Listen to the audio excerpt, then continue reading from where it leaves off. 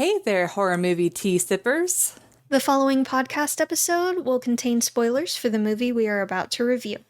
If you have not seen the movie and do not wish to have anything ruined prematurely, please do not continue to watch or listen until you have seen the movie. And welcome to the Horror Movie Tea Podcast.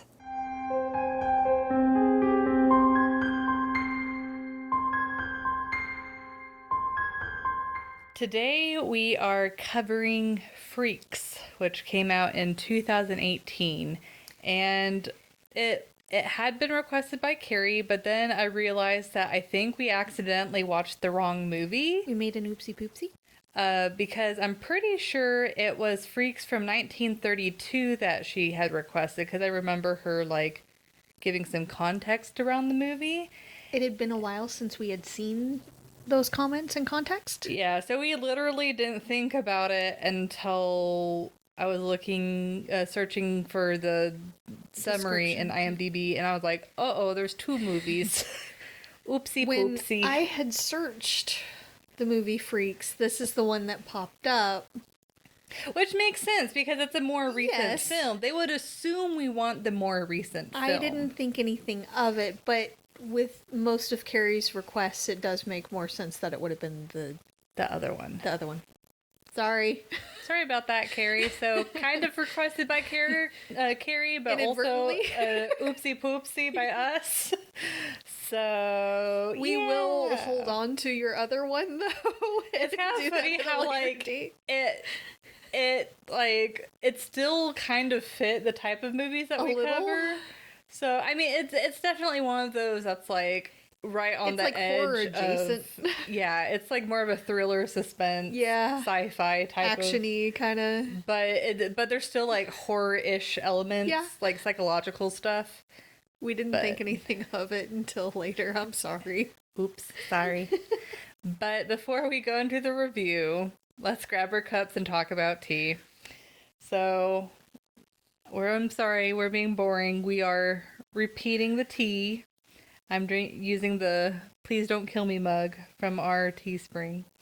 And I am drinking the Plum Deluxe Portland Roast City Chai. It's got black tea, rooibos tea, Oregon rose petals, cardamom, ginger, cinnamon, lemongrass, blackberry, and almond essence. And it does have almond milk as the base instead of water, and it's delicious. And I am drinking Bigelow's chamomile, vanilla, and honey herbal tea. It's got chamomile, natural vanilla, and honey flavors with other natural flavors, and licorice root. And I needed something very calming because this movie got me all in my feels. All in the protective feels. Okay. But thank you so much, Plum Deluxe, for allowing us to continue to do what we love. And for our tea sippers, brew yourself a cup of tea, sit back, relax, and we hope you enjoy the review. So, the summary of Freaks from 2018. So it kind of starts off making you believe that the father might be a little crazy, because the daughter, who is 7, is trapped inside the house and isn't allowed to go outside because she's being told it's dangerous. And then she comes to find out, once she goes outside, that everything appears to be okay, but actually it's not. It's like... They play around with it. Yeah, it's almost like...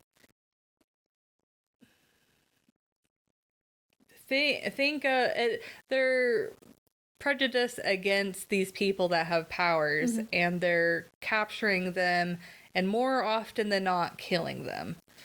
It seems like a dark version of, mutants. Like X-Men. Yeah. A little bit. But not in that universe. Nope. So... Yeah, it did kind of feel like not feel like an X-Men movie, but it definitely skirts around the same premise-ish. It's Magneto's worst fears. Yes. But for entertainment, I would give this a 6.75. I could not manage to rate this a 7 because it,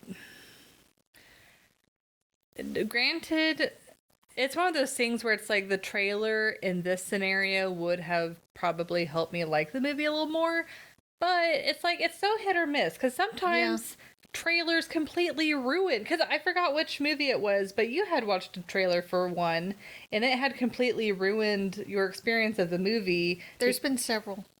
Yeah, because it's like you're just expecting something else. Mm-hmm. Yeah, there's been several like that to the point where lately I will not watch trailers.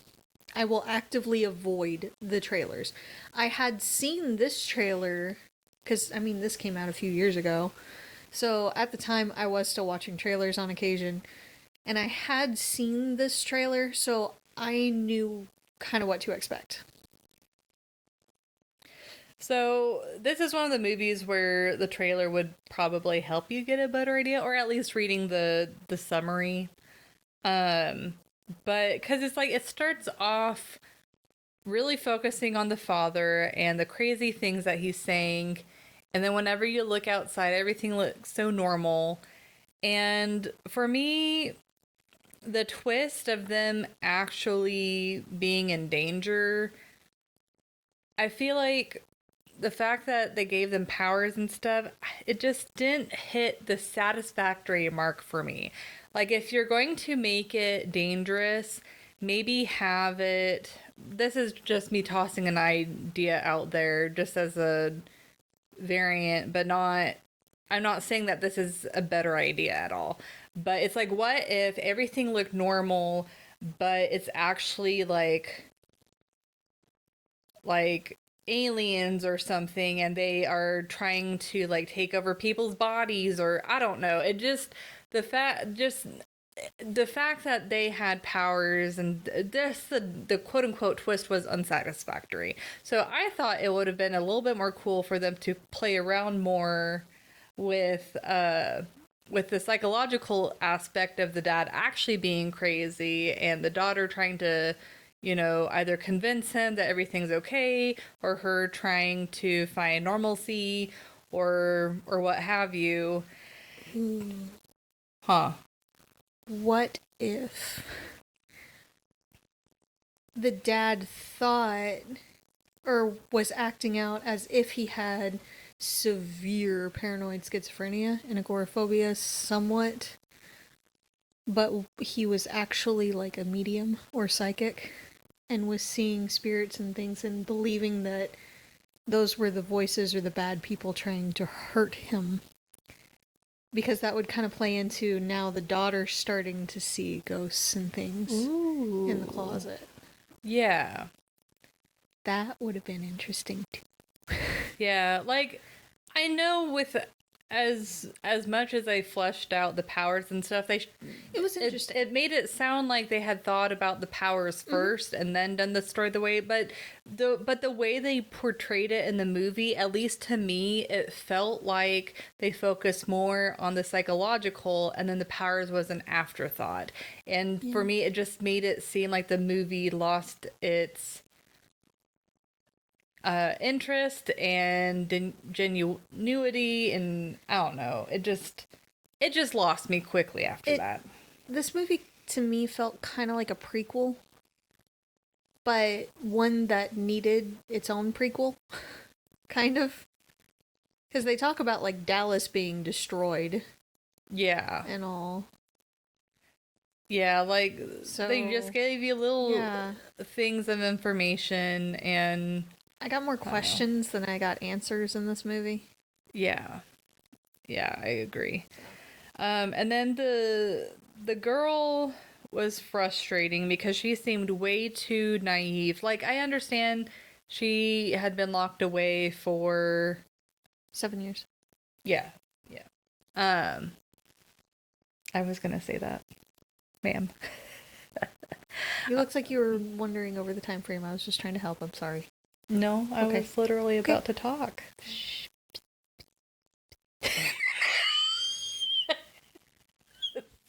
Try to shush me again. See what happens. No, that's okay. But sorry, but so she had been locked up for a while, but the fact that her dad repeatedly told her how dangerous it was out there, at least in my mind, I'd be like, yeah, she would have the curiosity to want to go out there, but she would still be super cautious because all she had been told her whole life was how dangerous it was. Like her immediately trusting everyone, just I mean, it wasn't like she was immediately trusting. It should be like slightly cautious, like with the ice cream. Her grandpa, it's like Creepy she, McStalkerson. yeah, yeah, like she was slightly cautious, but then she's like, "This is fine. I'll just go in his truck. Everything will be fine," and then just yeah, Yes. Why don't I just go ahead and step into your rapey Chester molester van? yeah. So, and then This movie gave me so much anxiety. And then maybe this is just my opinion, but I mean it is. But I just thought it was so This whole stupid. podcast is just our opinion. This is fair. No, all of everything we say is a fact. But I don't know if you thought of this too, but the fact that like the husband found out that his wife quote unquote died. And then he immediately goes to hiding, and the grandpa's like, "Well, I was trying to find you, but you locked yourself away." And he locked himself away for 7 years. Like that's just so stupid. Well, I mean, technically speaking, he actually only locked them up for a few months. Yes, but it was the time thing. Like, Yeah. okay. From your understanding, was it inside the house that time was moving normally and the whole world outside was moving slowly, or was it reversed where they were moving super quickly and the world around them was moving normally? It's hard to tell. It's really hard to tell. They're extremely vague about that. So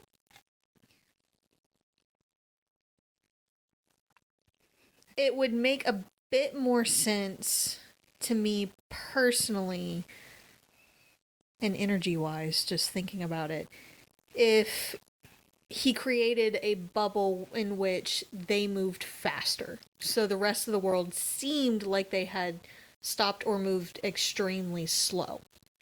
Yeah, that'd take up way less energy Than trying to slow down the entire rest of the yeah, world. the entire world. Yeah. Like, That doesn't make sense. yeah. In a way that'd make him like more powerful than his daughter. One of the most powerful, yeah. Yeah. That'd be a lot. Especially for how long he kept it up. And it's like, where would you get all of that energy? Exactly. Because it didn't seem like they're eating that well. I mean, they're eating, of course, but they were in hiding. So you can... They were eating what they could get, so they weren't probably getting nutritionally complete meals. He got a lot of canned goods. Which isn't bad. Not at all. You can have a varied diet with canned goods. It just depends on... I feel like canned goods, there's a limit. Well, I guess... No, fruits, vegetables, and then they have a lot protein. of fruits and vegetables, protein. Could probably get soup. Yeah. Okay, yeah. And they were eating cereals and all too for fiber, so, you know. Yeah. We still got a lot of questions. But yeah, it's just a lot of things in this movie I was just like not on board with at all. And maybe it's just not my type of movie. Maybe there's something I'm missing and some people love this movie. But for me, meh. I could have gone without watching it. Yeah. I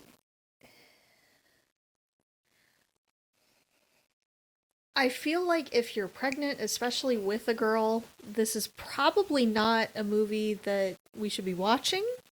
Which we haven't Which I currently am. Yeah. So, I had my hormones sent into overdrive and protective instincts and urges set into overdrive. and was a giant ball of anxiety watching the entire movie because of the little girl and the conditions that she was living in and what all was going on and what was happening to her and the situations that she was in and put herself in. And just the whole movie, I was just... There's a reason I chose chamomile tea. Which... Well, okay, I'll change that to realism. Sorry, go ahead. Yeah, there's a lot in the realism that we'll get to for sure. Again, this movie gave me a lot more questions than it answered. I feel like the story itself, while interesting, and the world itself was interesting, I feel like it's a little thin or flimsy. And there's some holes here and there. And I feel like it's not as fleshed out as it should have been. Like I said, this movie feels like a prequel that needed its own prequel, basically. Yeah. So... I get like it's hard to get into the world when they give you so little information. Yes. I do like that they tried to have a little bit of play, psychological play of... Is he suffering from some kind of severe mental illness, which probably wasn't even portrayed very well if it was? Or is it like, is there a very clear and actual real danger that he's trying to protect his daughter from? Is that really his daughter? Or has he kidnapped her and hidden her away? Because she was living in an attic, and that was another thing that gave me such severe anxiety for her. I would love to live in an attic. It looked pretty clean for the most part. Just the attic in particular, not the rest of the house. No. And just... the interactions between the different characters were varied, but I feel like on the whole they were pretty consistently realistic for what they were doing. I feel like they could have gone a different way with it and made it a little bit of a stronger story. But again, we'll get to a lot of that in the realism. But it was mostly just... this little girl is in bad conditions or in danger like the entire movie, and I didn't appreciate it just in the current state that I find myself. Otherwise, I probably would have enjoyed the movie a little bit more. Again, the powers themselves were kind of interesting, but it just seemed like not as strong of a story as it could have been. Yeah, it felt like they're just throwing stuff at you and you just had to accept it. A little bit. So, do you want to move on? Yes. Okay. So for realism, because they throw a lot of things at you, and there were like some legitimately unrealistic things, I'm going to give it a 2, which I feel like is pretty reasonable for this one. Well, first of all, the agent, I don't know if she's like FBI or what she was, but... No, they were a different subdivision. I forget what they called it, though. Okay. Whenever she's like talking to the dad and she like catches him on his bluff, she was like, I can smell the hydrogen peroxide on you. Hydrogen peroxide does not have an odor. Like... not even sniffing it from the... It has a little bit of one, but it's not very strong at all. Well, it's one of those things where it's like, if you like get a whiff of it from the bottle, then yes. But once you apply it, it's like first, like once you apply it, there's really no scent to smell. And even if that was the case, it's a lot like alcohol where it evaporates pretty quickly. And so even if he just wet his face, it would have been evaporated well before he even got to the door. So I'm calling BS on that.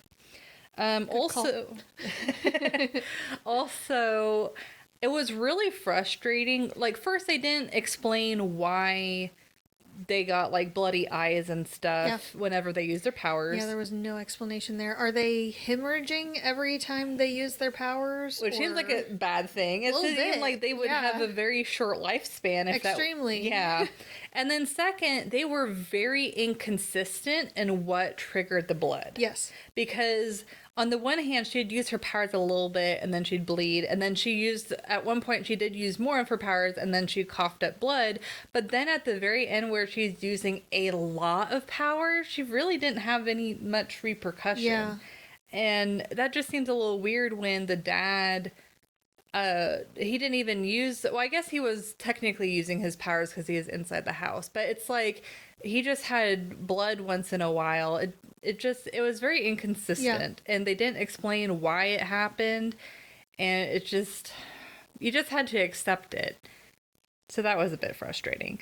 And then also, I understand that they had been in the house for 7 years, and maybe he, quote unquote, 7 years because of the time thing. Dilation. Well, first have disputes on him being able to. We both had big issues with the time dilation thing. Yeah, like they made it seem like he slowed down the entire world, which that's a lot of energy. It seemed like it would be more energy efficient to do the opposite, where time was sped up. Mm-hmm. We're inside the house. Which I think was actually what happened, but even that would have taken a lot of energy because he's still living those 7 years in that time dilation bubble. Yeah, and he was talking about, like, trying not to sleep. And I know the grandpa was like, there's no way you didn't sleep, which I agree with. But it just, that was a bit of a weird... But a part of that is I understand that because of that, the house was probably older than the other houses around it, but it seems super dilapidated for it only being 7 years. It's like, I know he's hiding there, so he doesn't really care much about upkeeping it, but it seemed really run down compared to the other houses. And the house itself was already abandoned. That's why they chose it. Yeah, but it's like the fact that all of the other houses look pretty new. Mm-hmm. Even if the house had been abandoned, you would assume it would be by the same builder. How many times would he have had to have mowed the lawn? I don't know. That's a lot of mowing the lawn. Or does he place it like strictly around like the porch? Yeah. In the house entrance. I don't know. Because, like, whenever the neighbors came up to the door... Yeah, whenever the neighbors came up to the door, even if he had the time thing, like, right at the door, you would think they would be impacted. Or them going, if they went through the time thing, you would think they would be like, oh, something weird is going on. Yeah. Like, you would think they would notice something. There's just a lot of inconsistencies with the movie, and I'm not buying it. Yeah. And then the whole, like, relationship between the dad and the daughter, it was just, like, she's obviously was getting old enough where she was kind of hitting a more, like, independent phase. Yeah, and starting to question things. Which is reasonable and accurate for a kid about that age, whenever he's just telling her things and she's not really getting the answer she's looking for. Well, he keeps telling her, like, they're bad people and all, but she's not seeing the evidence of it at all. Yeah. She's just seeing her dad stressed out. Yeah. But when she does catch glimpses of the outside world, everything seems happy and fine. And ironically, it looks way happier than it is on the inside. Yes. Yeah. And healthier.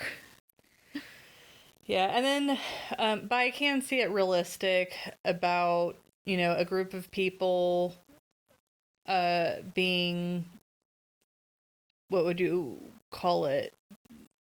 Having prejudice against them. And being hunted. Yeah. Especially if people convince themselves that these people are dangerous. There have been certain times in history where similar things have happened. We will not... Unfortunately. Yeah. We're not going into that right now. Nope. But so because of that, though, because of historical events, it does make this very plausible But it's just the whole powers thing, the whole how they did the movie, how the dad's powers worked, how the blood worked, just so many inconsistencies. So that's all I got. Yeah, and they didn't give us any answers to those. They didn't flesh it out. Nope. Nothing. We are given little bits and pieces here and there and are meant to just go with it. Yeah, which there are some movies that do that, but I feel like this one did it really poorly. Yeah, they didn't do it that well. We don't want to be spoon-fed everything for the movie. But at We're least not make it stupid, inferred. but yeah. Like, even if they had, like, an article in the background that explained, like, why the blood happened, Yeah. or, like, something that's, like, if you really want to know and you dissected the movie, you'd be able to find the answers. Yeah. But we literally have no information. Yeah. They didn't give us enough of those pieces that they threw at us at a random and rapid pace. Yep. So, I personally give it a 2.5. Just for a lot of the fighting scenes and effects, like taking into account their powers. I could see some of those things happening, so I gave it just a little bit of a bump. I do think the UV to check them, that was kind of cool. That was cool, yes, for sure. But it's... The rest of it seemed kind of off, and the biggest issue I have for sure, apart from just the conditions that she was in, is the time dilation thing. I have so many questions about that. It's so inconsistent, and it just doesn't make sense. He would have needed more rest than he got. And There's also, no way. Like, the daughter seemed to almost kind of need to concentrate a little bit. Yeah. And for him and his powers, he would have to really concentrate to keep that up, I feel like. I mean, he was older. He had probably been using the powers quite a bit and knew how to use them well and efficiently. So I get him being more in control of them, but that's still a huge stretch. Creating a bubble and living in it for 7 years while slowing or having the outside world just go on for a few months. That doesn't make that much sense at all. No. No. I also found it interesting that you need to lie to be normal. Super healthy line, Dad. Thanks. Yeah. It makes a bit more sense later when you find out what's actually going on, but it just seemed extremely unhealthy and not like someone in his right mind would say to their child. Yeah. I mean, yeah, later it does make sense that he is trying to protect her. Yeah. But, yeah. But don't they say that the easiest lies are the ones that are based in truth? Yes. And he had her go off the wall with what he was saying. Yeah, way out there. And it's like, for a she little didn't know girl, what baseball was. For a little girl, I feel like it would be easier for him to give her lies that were based in truth. Yeah, she knew the bare basics of most of the things that he had her recite over and over. So if they asked her detailed questions about a lot of those things, there's no way she would have been able to answer them, and she would have been screwed. I mean, he did talk her through, like, what to say if they did ask a more detailed question. He's like, make stuff up. But yeah, it was that'll still... only get you so far. Yeah. And will, honestly, is more likely to get you caught in the lie. Depending on what she makes up. Yeah. So, no. He didn't do a very good job there. The house environment that she was in, they depicted a dilapidated house very well, but I feel like there would have been some serious concerns about mold and things that he was not taking care of. He was not looking after the house itself and taking care of it for the well-being of his daughter.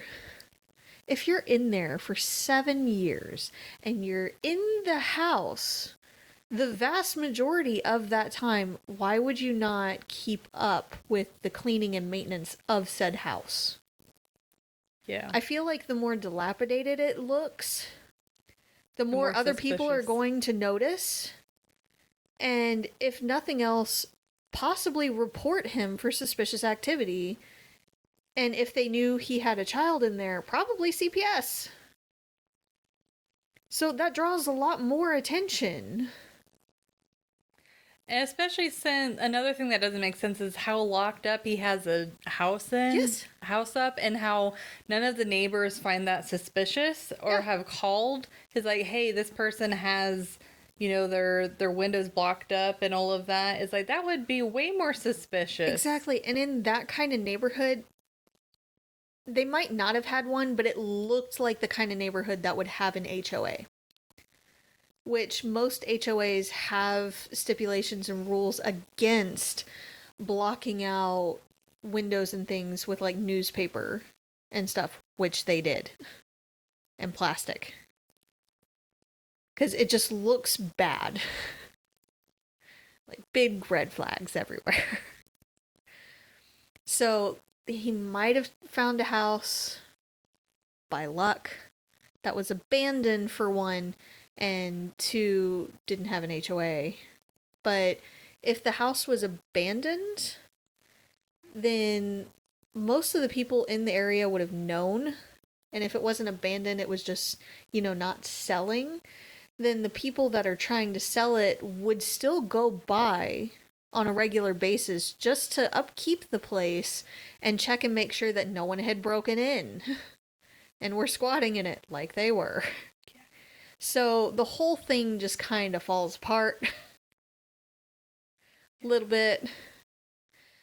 The girl, I can see wanting or being very, very curious and not being as cautious because she is being told these things, but she's not seeing any of the evidence. He's not really having her watch the TV or listen to any of the things or going into detailed explanations of why it's so dangerous.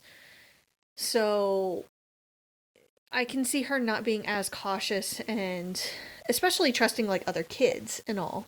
Especially when she's being told she's going to live with that family in particular at some point. She already kind of trusts them because she feels like she knows them. But the ice cream man? Creepy McStalkerson? No. Stranger danger. She just gets right into the van with very little hesitation. And then he drives off with her in the van. And she's like, this is fine, this is okay. That ice cream was super melty. Yeah. Like, it didn't even look right. It was melting everywhere. And I'm sorry, she's 7. That ice cream would have been all over her face. That was also, I believe, like the first time she had actually had ice cream. I'm surprised she had even heard of it before. But it would have been everywhere. There was some on the door. You could see little drops and things on the door. But it wasn't on her face. It wasn't really on her hands. I'm calling bull.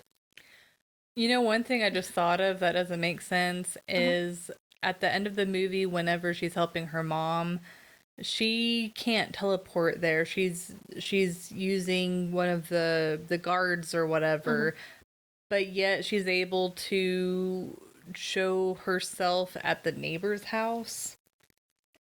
That was kind of weird. So, how I viewed it is she connects mentally to the subject. So, her mom, the neighbor kid, whoever, and she projects herself like they're seeing her in their mind, just as she's seeing them. But it's like with her mom, though, maybe it's because she's too far away, but it's like she saw the soldier and she was just like, Chloe? And then she figured out it was the daughter. Well, she's in their mind, so she's able to see what they're seeing. Yeah. Oh, that's true. Kind of how I got it, but it is a stretch. And again, they're extremely vague on the powers and how they work and all, and what's actually happening. So a lot of this is just speculation and guesswork. Yeah.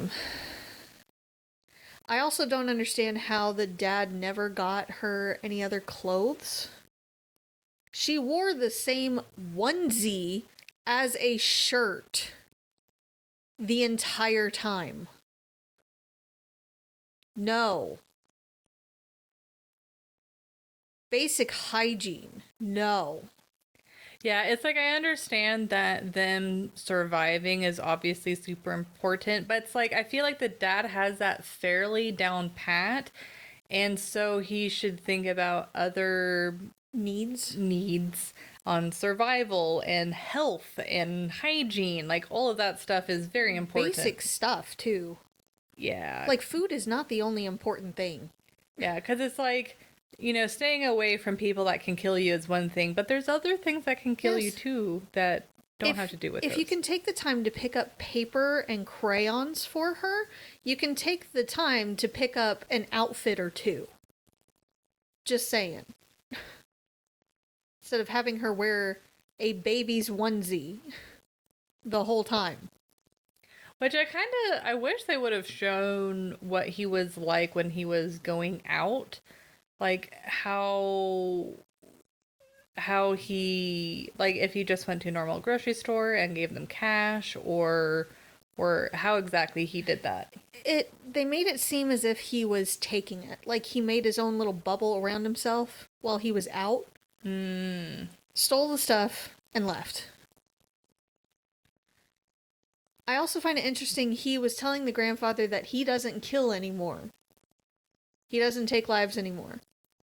When we had seen, in a different scene, him coming home covered in blood and being like, most of it's not mine. Most of it's theirs. Unless if he just like hurt them or disabled them or something.